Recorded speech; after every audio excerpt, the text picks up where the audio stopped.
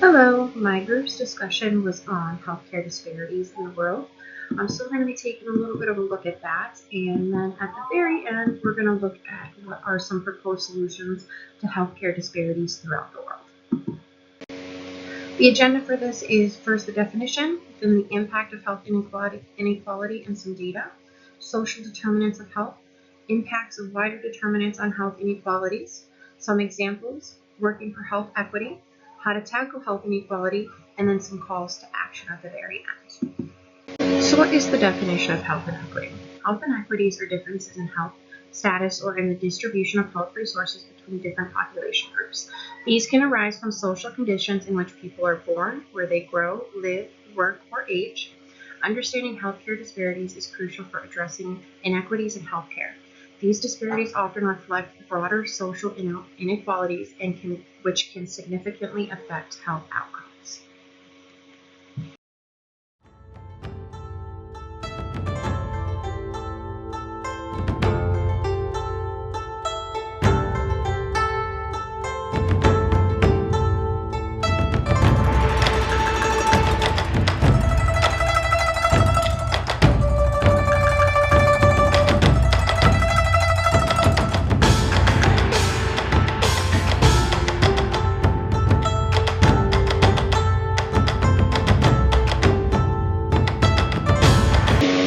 So some general data about health inequality. About 16,000 children every day die before their 5th birthday. They die from things such as pneumonia, malaria, and other diseases. In sub-Saharan Africa, children are 14 times more likely to die before the age of 5 than the rest of the world. Children from rural and poor households remain disproportionately affected. Compared to the richest 20% of households, children from the poorest 20% are nearly twice as likely to die before their 5th birthday. Maternal mortality is a key indicator of health inequity. There are wide gaps between the rich and the poor. 99% of annual maternal deaths in the world are in developing countries specifically.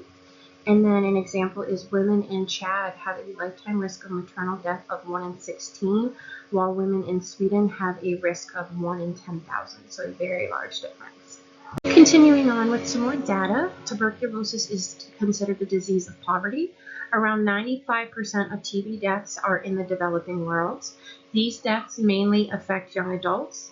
Contracting the disease makes it harder for these adults to improve their personal economic condition. 87% of premature deaths due to non-communicable diseases occur in low and middle income countries. In low resource settings, healthcare costs for non-communicable diseases can quickly drain household resources, driving them into poverty. The costs of non-communicable diseases are forcing millions of people into poverty annually.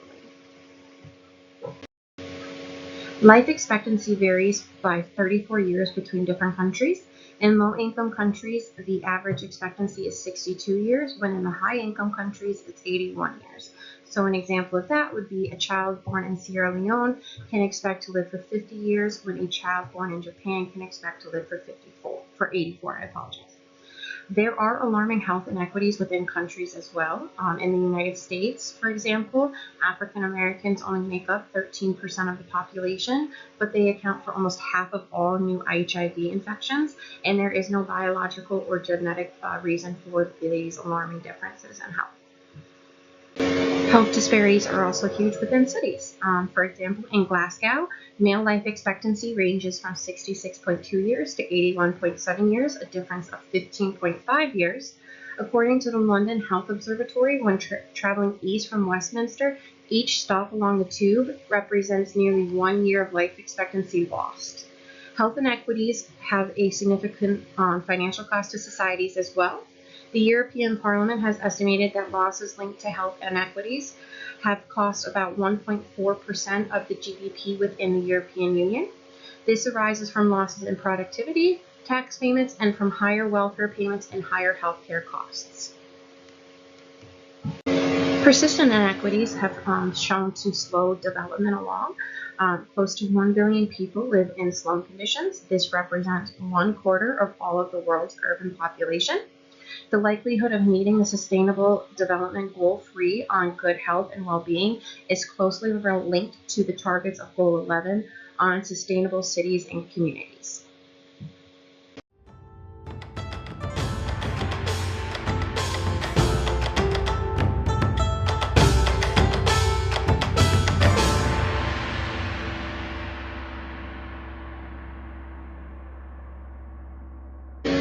Social determinants of health. What does that mean? These are conditions in which people are born, they grow, live, work, and age that can influence their health outcomes. These can include things such as the socioeconomic status, including their income, education, occupation, social class. Social support includes things such as social networks and resources for emotional, financial, and material supports. Neighborhood and built environments. This includes access to healthy food options, green spaces, safe housing. Healthy behaviors. This includes lifestyle factors such as physical activity, diet, tobacco and alcohol use. Access to health care. This includes access to quality health care services, including preventative care, screening, and treatment.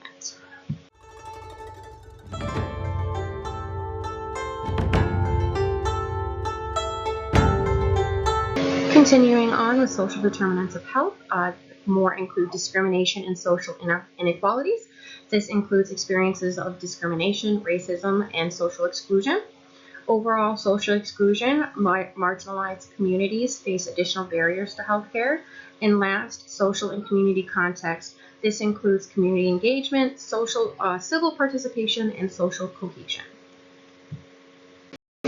Impacts of wider determinants on health inequalities. First, we're going to talk about income. This can determine somebody's ability to buy health-improving goods from gym memberships up to healthy foods. Living low income is a source of stress, and evidence suggests that being low income affects the way people make choices concerning health-affecting behaviors. Compared to children in the high fifth of households, children in the bottom fifth of income households are over 4 times more likely to experience severe mental health issues.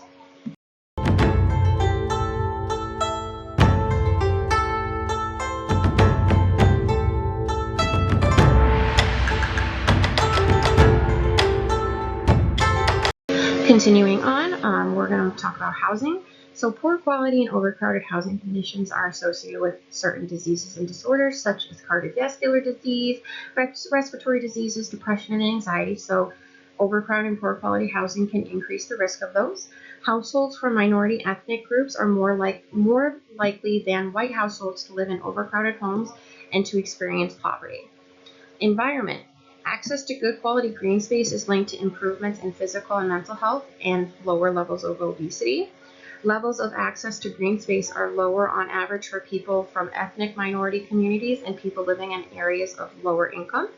Exposure to air pollutants is estimated to cut short the lives of 28,000 to 36,000 lives per year in just the United Kingdom. And differential levels of exposure are associated with both deprivation and ethnicity. Next is transport. Those living in the most deprived areas have a 50% greater risk of dying in a road accident compared to those who live in least deprived areas. Children and young adults in the most deprived areas are more likely to be killed or injured on the road. Education. On average, people with a university degree or equivalent level of education at the age of 30 can expect to live over 5 years longer than people with lower levels of education.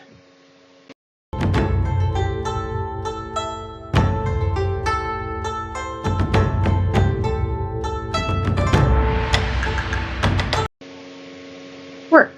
So unemployment is associated with lower life expectancy and poor physical and mental health.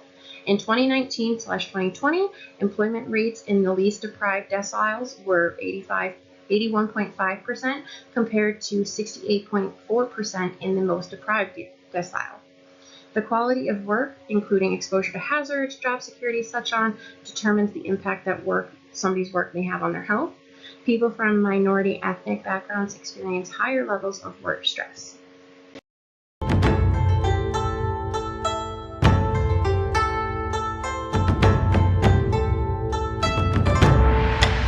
So next we're going to talk about some examples. First example we're going to talk about is Indigenous health disparities in Australia. So the overall issue. Aboriginal and Torres Strait Islander Australians experience significantly worse health outcomes compared to non-Indigenous Australians. Indigenous Australians live 8 to 9 years less than non-Indigenous Australians. Higher rates of diabetes, cardiovascular disease, and kidney disease, and Indigenous infant mortality is twice as high as the national average. So some of the causes would be historical trauma, such as the stolen generation and the cultural disconnection contributed to ongoing disadvantages, and socioeconomic factors such as higher unemployment, lower education levels, and systematic racism also hinder access to quality health care.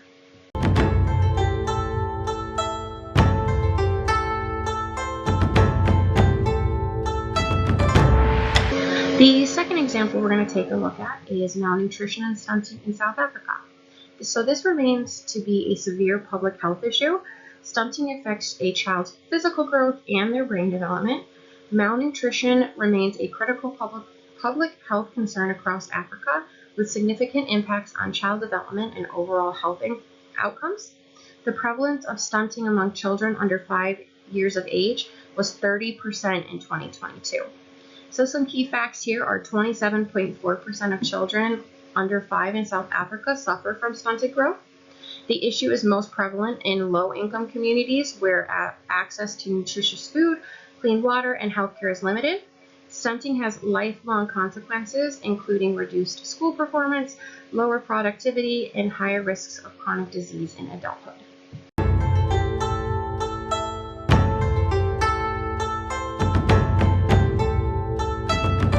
So the next section is working for health equity. So health equity is defined as the absence of unfair and unavoidable differences in health among social groups. Health equity is therefore about values of fairness and justice. A focus on health equity means valuing health as an essential and valuable resource for human development, helping people reach their potential and contribute positively to society. And health also represents an important public good and investment in human development.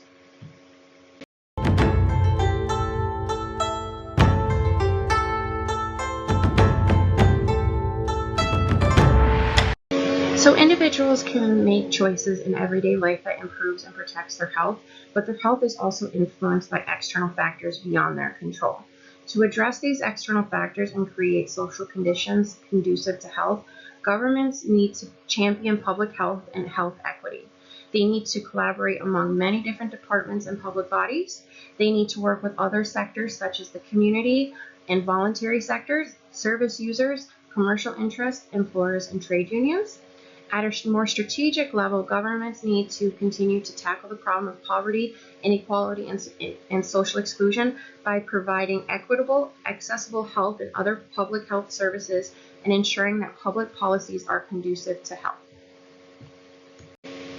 So next we're going to take a look at what are some proposed solutions to health inequality within the world. So how do we tackle this health inequality? Evidence suggests that there are 3 broad approaches necessary to address health inequalities. These approaches are not mutually exclusive, but are interdependent. They include 1, focusing on the most disadvantaged groups. This targets the worst off and poorest groups and aims to improve their health through specific measures. This approach can improve the health of those who are worst off, even if the health gap between the rich and the poor is unchanged. Next would be narrowing health gaps. So improve the health of those who are poorest or most disadvantaged by raising their health outcomes closer to those who are most advantaged. This usually involves target setting to reduce the disparity in health outcomes between the most advantaged and the most disadvantaged groups. And then third would be reducing the social gradient. Reduce differences and equalize health along all of the income ladder. By combining these 3 approaches, underlines the need for both tailored interventions and universal strategies built on the principles of equity and equality. Action for health equity will differ from country to country. So what are some calls to action?